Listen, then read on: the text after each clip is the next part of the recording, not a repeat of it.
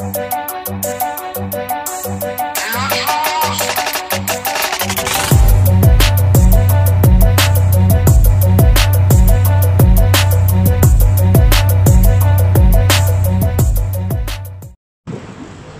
everybody, Reg na naman here. So today, dito naman tayo sa favorite place ko, BWheezy. So yun, today we would be getting yung Jordan 6 infrared na nakuha ko via Titan Raffle RSVP kahapon. So yun. So again, so yung ano niya, yung Jordan 6 kasi it's a different shoe ngayon. May infrared kasi yung ano niya. Yung past release kasi it's infra pink yung kulay. So maraming tao yung nag-aabang sa colorway na to. Yan. And again pala, I would like to congratulate myself kasi I got yung Jordan 33 special edition na Travis Scott last time when I entered Raffle dyan din sa Titan Fort, which is you need to scan a QR code in order for you to get the shoe. So yun. Later, papakita ko sa inyo, I would do another double unboxing later. So yun, sana magustuhan ninyo. Again, pag di pa kayo subscribe sa aking channel, please do so. Diyan yung subscribe button sa baba and also ring the bell dyan sa notification bell dyan sa baba for you to get updates on my channel. So, kita-kits tayo mamaya. I would go to Titan first. See ya!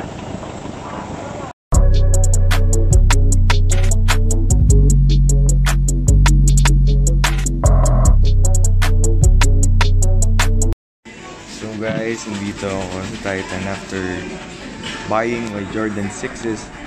May free shoe clearance services yung Titan. Hanggang kailan kayo, sir? Tomorrow. Hanggang tomorrow daw, guys. So yan, drop by Titan. So guys, yun, nakuha ko yung Jordan 6s ko here. Yun, then nagpalinis na rin ako sa sapatos ko. Then babalik na ako sa bahay. After that, we'll be doing the double unboxing now. What's up guys, I'm back and these are the two shoes that I will be unboxing today. So again, this on the left, this is the Travis Scott Jordan 33 NRG, which I won last February 14 via Titan Raffle. And then ito sa naman sa kabilang side, this is the Jordan 6 infrared 2019 that I have gotten a while ago dun kanina sa Titan Fort. So yun, let's do this. Let's unbox these two first. So unahin ko muna yung Jordan 33, okay? So I'll put it aside.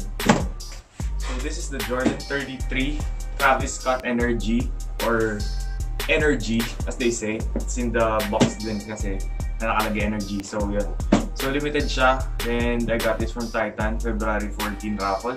So yun, so let's unbox this first. So yung box niya is just the same as the previous models of the Jordan 33. So hindi naman siya special box. Special lang talaga yung colorway. So it's white.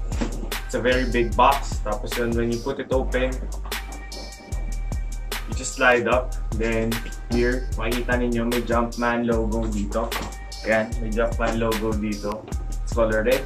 Then yung plastic niya, parang metal sheets.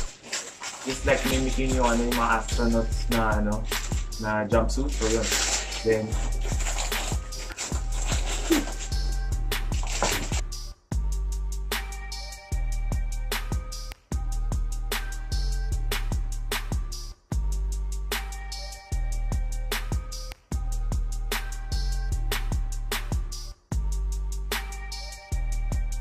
so ito, this is the colorway of the ano, yung Jordan 33 and Travis Scott. So first you can see yung dito sa ano niya, dito sa uppers niya, dito it's mesh all around here, and then the lateral side and the middle sides all mesh. So yun, color green siya, parang ano nga, it mimics yung ano, yung Cactus Jack team or yung Cactus Jack na yun yung alias ni ano, ni Travis Scott. So yun, so military green yung color niya, and then meron siyang hits of neon green here, dito sa may tongue tab niya, tapos sa pull tab, tapos meron dito sa likod, here, and then dito sa pull tab niya, dito, yun yung neon green accents. Okay. Tapos dito sa heel side part niya, dito sa back heel niya, meron yung ano, may heel counter siya dito sa loob. And then it's hindi imbis na gamitin nila ng patent leather just like the previous the Jordan 33s, they use suede as an option kasi nga parang it's not a basketball shoe to play in. It is more of a lifestyle shoe, so they put suede dito sa likod. Ayan. And then makita ninyo dito sa likod, meron siyang Nike Air branding dito sa likod. Yan, Nike Air nakalagay dyan sa dalawang niya, sa likod, sa heel. And then dito sa front part of the tongue, yan, you can see dito sa part na dito sa right shoe, you can see the Jumpman logo. Yan. And then you can see Cactus Jack logo. Yun yung Cactus Jack logo ni Raffle. Tapos dito nga pala sa kanyang medial side, yan, makikita ninyo dito sa parang parang strap dito na para sa entrada or sa entrance ng feet ninyo pag pinapasok niyo yung shoe. Nakalagay dyan, engineered to the specifications of Travis Scott. So yun, nakalagay dyan yung detail niya sa strap na yan. Imbis na Michael Jordan na nilagay yan, Travis Scott, kasi nga Travis Scott yung pangalan or yung collaboration ng shoe. So yun. Tapos dun sa sa kanyang eject tab, may dalawa siyang dalawang funky na parang design na tab din nakalagay dito sa right side. Pull to lock down, which color orange. Tapos dito, pull to eject dito sa left side. Yan. Parang caution yung kulay niya. White, black, and neon. I think it's neon yellow yung color niya. Ayan. Again, ito yung sapatos na non-lacing shoe. So, ginagamit niya yung fast fit system. Ito, fast fit system here. Dito siya sa ilalim. So, yun, makikita niyo dyan mamaya. Yung fast fit system yan, gumagamit sila ng ibang klaseng lacing system, which is ito, makikita niyo sa harap dito with yung mga maninipis na strings. Yan.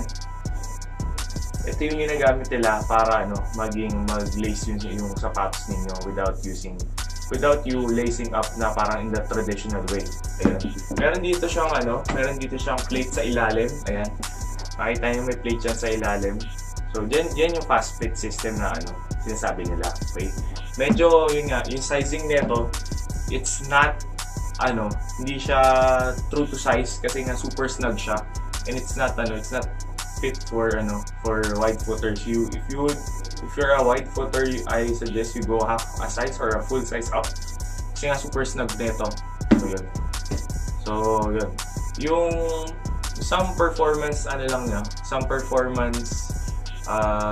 trivia niya. So yung gamit nga pala ng yung shoe na to, yung unlocked zoom siya. Ito, nagpo-protrude siya dito sa sa forefoot dito sa ilalim. Ayan, tsaka dito sa heel. Tapos nga gamit niya yung full length zoom, which is here, nakalagay dito. Ayan, full length zoom yung gamit nila dyan. Yun.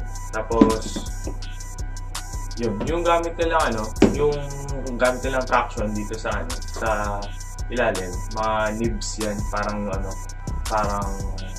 it mimics yung parang Kobe ADNXT 360. May mga nibs dyan na maliliit. So yun, tapos na ako dito sa Jordan 33. Again meron pala siyang if you don't know how to use the shoe para ipasok yung paa ninyo, there's always a parang memo or yung instruction guide dito sa loob ng shoe every time para mag-guide kayo sa pagpasok ng inyong paa sa sapatos and also to release yung shoe. So next up yung Jordan 6 infrared. So yun. So guys, ito naman yung Jordan 6 na infrared 2019. So yun nga. So itong Jordan 6 2019 na infrared version, this is, I think for me, is a better version nung ni-release nila in the past release. I think that was way back 2014 or 2016, I'm not sure. Yun. Pero mas maganda yung yung version nila ng infrared 23s or infrared 6s dito ngayon. Yun. Let's unbox this. Bye. So, gamit nga pala nyo yung classic box na ng Jordan. So yun, makikita ninyo Jordan logo dito sa harap. Yun nga, medyo slide box siya. Then meron dito sa sa gilid pala yung yung size tag niya or yung yung design. So Jordan 6 infrared. Yun. So, pasok mo sa dun sa shoe. So yun. Then normal yung black na plastic or tissue, whatever. Yun. Then infrared 6s.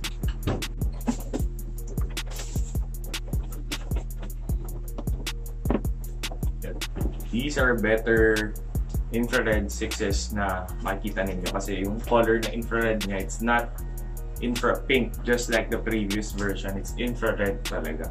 So yun. So first off is the uppers. So yun nga, gamit niya yung gamit na upper ng Jordan 6 infrared is the Durabuck or durable na nubuck. As far as I know, yun. Medyo maganda siya. I smell it, napakabango. So yun. Diba? Siyempre, bagong-bago na lang, mabango. Yun. And then, yun nga, Jordan 6 yung yung upper niya is Durabuck. So, buong buong upper niya, Durabuck siya. Yun. And then, meron siyang reflective 3M materials dito sa may side panels niya. Dito sa may lateral side, and then sa middle side. Yan. Pag nilagay niyo ng flash yung camera ninyo, makikita ninyo yung mga 3M materials, just like this. Yan. Tapos nga, it features yung infrared accents all over the shoe, just like here. Dito sa may sa may tongue. Okay? Dito may design siya ng Jordan brand logo. Nandyan sa tongue niya, sa may gitna. Okay? And then, meron dito sa heel tab. Back of the shoe. Dito. Infrared din yung color niya. Tapos pala sa lace locks pa pala, I forgot. It's infrared as well. And then dito sa may sa may midsole niya, ayan makikita ninyo dito sa heels. Sa heel side, which is yung nalalagay na Nike Air, meron din siya infrared here. And then infrared here dito sa may forefoot na lateral side. Yun. Yun nga, very heavily padded dito sa may heel part niya. Dito. Provide comfort here and fit dun sa sa inyong ankles. Tapos sa loob niya, I can feel there's an inside heel counter dito sa loob. It sucks your feet and also provides in stability of the shoe. Yun. Then it features nga pala, hindi na yung Jordan logo yung nakalagay sa likod na infrared 6s. Nakalagay sa kanya yung original Nike Air na logo, which is from yung sa original niya, it was in 1980s or early 1990s. Yun. So, yun nga, it brings back the original shoe na Okay. And then, dito sa ilalim, yung ilalim niya, makikita niyo dyan, big Jumpman logo, yun sa gitna. Okay. And then, it features yung translucent rubber, dyan sa may, dyan sa may heel part, and then dito sa forefoot part. But it's not, hindi siya nagko-cover sa buong part of the dun sa kanyang outsole. So some parts lang here at the heel and then dito sa forefoot. Okay. Ayun. It's one of the na medyo talaga to. It's one of the hypest shoes na released dito sa ngayon sa 2019. So if you would catch this sa I think meron pa sa Titan neto. Just check it out na lang if you want to. So yun. So I'm done. What more can I say? So I reviewed 2 shoes today. So again, this was the Jordan 33 NRG Travis Scott, and then this is the Air Jordan 6 Infrared 2019. So yeah, thank you guys for watching my unboxing video for these. So yun nga, thank you for the support, yung konting followers ko or konting subscribers ko. Thank you. So again, if you haven't subscribed, subscribe na kayo dyan sa dyan sa baba, meron yung subscribe button. Just check it out. And also yun nga, yung notification bell. So yun, shout out again sa aking mga colleagues sa trading. Yun, my friends and my family, yung everyone supporting me. Thank you for watching always. So yun, thank you very much. Again, sa another episode of French Reviews and Down Unboxing. So yun, see you next time on another episode of French Reviews. So thank you guys. Peace!